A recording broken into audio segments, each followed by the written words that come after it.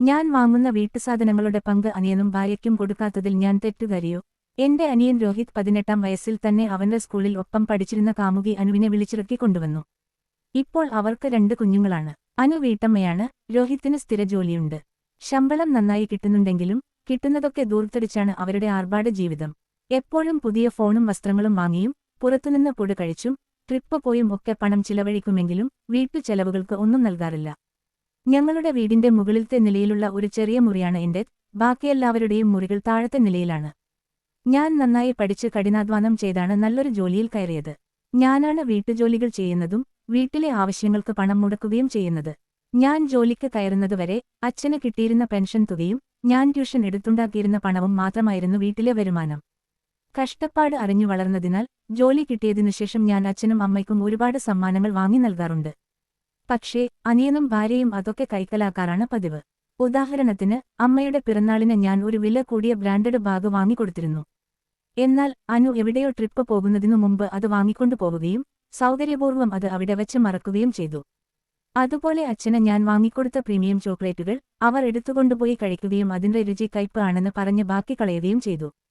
അതോടെ എന്റെ ക്ഷമ നശിക്കുകയും ഇനി അവരുമായി ഒന്നും പങ്കുവെക്കേണ്ടതില്ല എന്ന് തീരുമാനിക്കുകയും ചെയ്തു. അതിനുശേഷം സമ്മാനങ്ങൾ കൊടുക്കുന്നതിനു പകരം ഞാൻ മാതാപിതാക്കളുമായി സിനിമയ്ക്ക് പോയി. അവർക്കായി മികച്ച സീറ്റുകൾ ബുക്ക് ചെയ്തു. അവരെ ഷോപ്പിങ്ങിനു കൊണ്ടുപോവുകയും വലിയ റെസ്റ്റോറന്റിൽ കൊണ്ടുപോയി അവരുടെ ഇഷ്ടത്തിന് ഒരുപാട് സാധനങ്ങൾ വാങ്ങിക്കുകയും ഒക്കെ ചെയ്തു. ഇപ്പോൾ ഞാൻ വീട്ടാവശ്യത്തിനായി വാങ്ങുന്ന സാധനങ്ങൾ മുകളിലത്തെ എന്റെ മുറിയിൽ തന്നെയാണ് വക്കാറ്. അവിടെത്തന്നെ ഒരു ചെറിയ അടുക്കളയും ഞാൻ സെറ്റ് ചെയ്തെടുത്തു. ഇടയ്ക്ക് നല്ല ഭക്ഷണം ഒക്കെ ഉണ്ടാക്കിയിട്ട് മാതാപിതാക്കളെ ഞാൻ അങ്ങോട്ട് വിളിക്കാറുണ്ട്. ഇടയ്ക്ക് സാധനങ്ങളൊക്കെ താഴെ കൊണ്ടുപോയി അവിടെ പാചകം ചെയ്ത് ഞങ്ങൾ ഒരുമിച്ച് കഴിക്കും. ഇപ്പോൾ സഹോദരനും ഭാര്യയും എന്നോട് ദേഷ്യത്തിലാണ്. വീട്ടുസാധനങ്ങൾ എന്തുകൊണ്ടാണ് അടുക്കളയിൽ സൂക്ഷിക്കാത്തത് എന്നും എന്തുകൊണ്ടാണ് ഇപ്പോൾ ഞാൻ അച്ഛനും അമ്മയ്ക്കും വേണ്ടി സമ്മാനങ്ങൾ വാങ്ങാത്തത് എന്നും ഒക്കെയാണ് അവൻ ചോദിക്കുന്നത്. ഞാൻ അവിവാഹിത ആയതുകൊണ്ട് എനിക്കാണ് ചിലവ് കുറവെന്നും അതിനാൽ വീട്ടുചെലവ് നോക്കേണ്ടത് എന്റെ ഉത്തരവാദിത്തമാണ് എന്നൊക്കെയാണ് അവൻ പറയുന്നത്. വീട്ടുകാർക്ക് വേണ്ടി അവൻ എന്താണ് ചെയ്തിട്ടുള്ളത് എന്ന് ഞാൻ അവനോട് തിരിച്ചു ചോദിച്ചു.